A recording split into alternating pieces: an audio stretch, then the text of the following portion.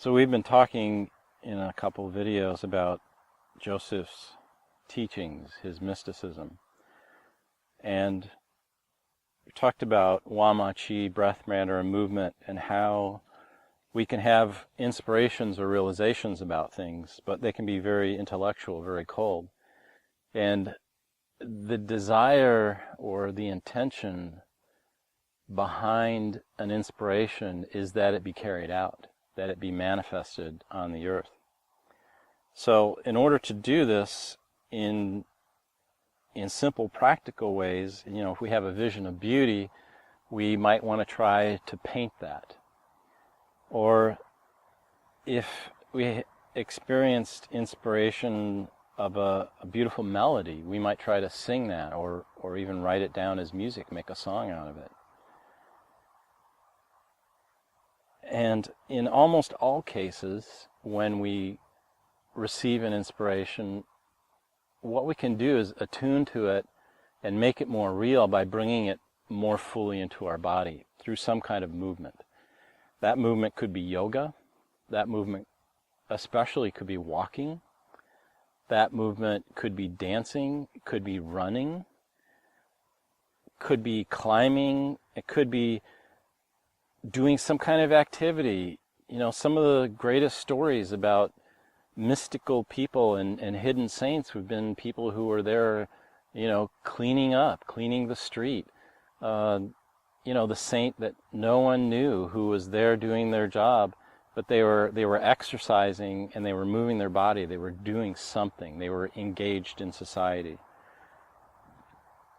So we have so many ways that even in our normal life, it could be possible for us to tune in, to move our body, and to take that inspiration and sing it, or somehow root it more into our body, and then something else will unfold.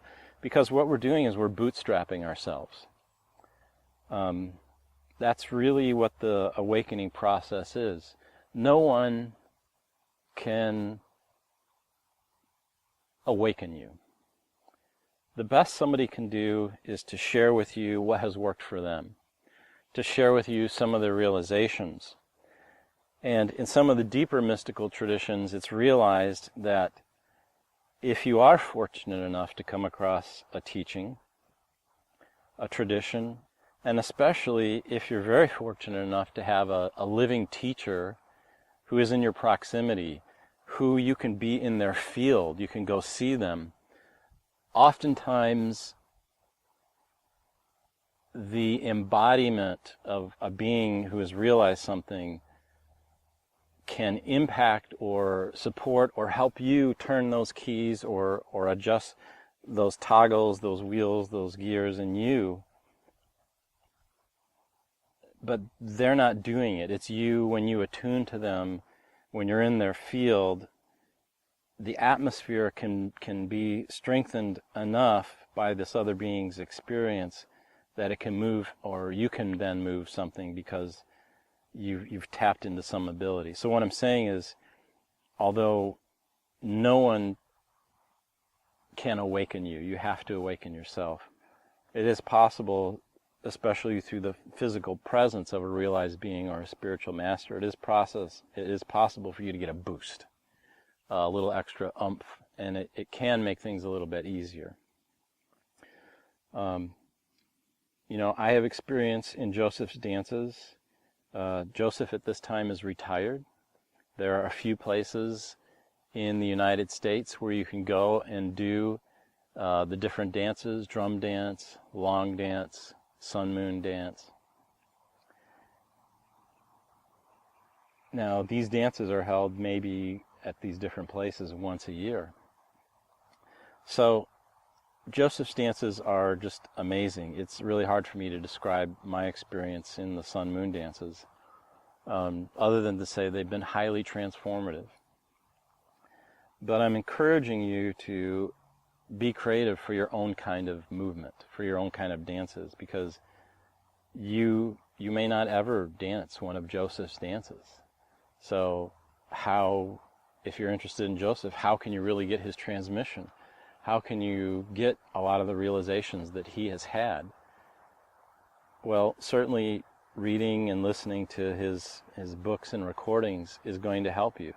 And I know in the recordings from Being in Vibration that came out right after the book, there was a point in my life I listened to them for like 9 months every day until I really got what he was saying, and then really saw, well, if I was going to teach that, what would I adjust, or how would my teaching style want to communicate the information in my own way? So, that's doing the real work, is being very focused. And I have to say, because Joseph's transmission is a mystical transmission, you would have to read his books over and over and over again to really begin to get what's in there, because they are very rich and they are very deep. So it has occurred to me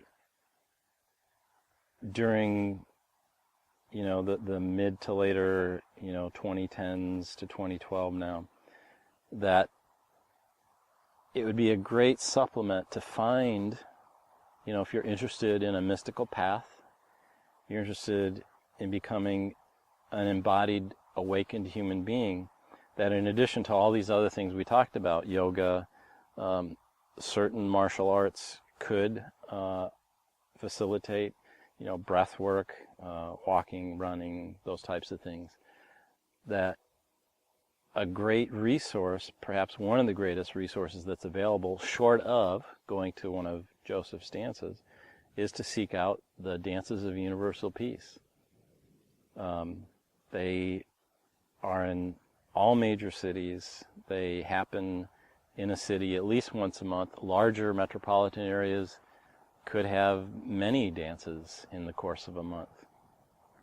And what dances of universal peace do, which are a product of the vision of Samuel Lewis, who is a Sufi,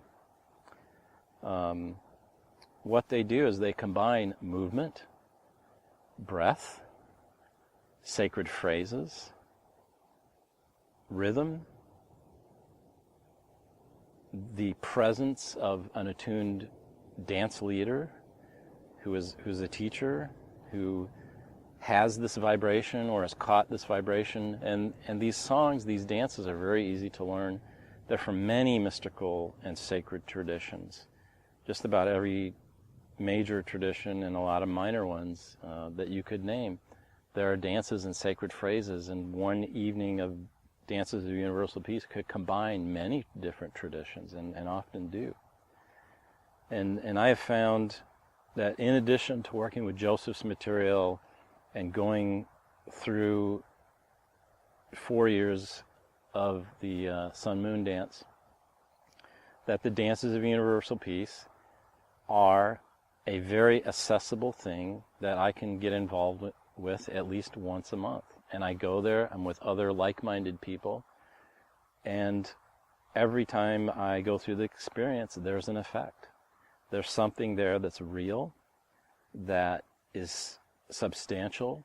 I get the inspirations, and then I have a chance with the group to move my body. And I just really want to drive this point to you again. This is a core part of Joseph's teaching. You see it in the Tiwa word for the divine, Wa-Ma-Chi, breath, matter, and movement. In order to be a realized sacred person, you have to know how to live in your body. And you have to know how to move your body. And you have to become friends with your breath. I'm not going to say it's impossible to not reach an idealized or, quote, perfected state in one lifetime without doing these things. But if I look at yoga, the Native American traditions, all the traditions that I can think of combine most, if not all, of these elements of breath, sacred phrase, movement, oftentimes dancing, attunement to great beings. If you look at the Tibetan Vajrayana path in Buddhism, the visualization of the deities, it's very clear that an attunement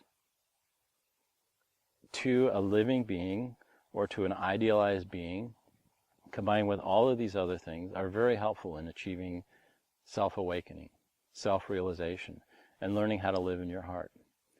So I think the days are very positive, very hopeful, and I approach them with gratitude. And just encourage you, when you're reading Joseph's materials, when you're picking up different things from different mystical paths, to look and see, oh, this is an exercise or a focus on the breath. Oh, this is the use of the sacred phrase.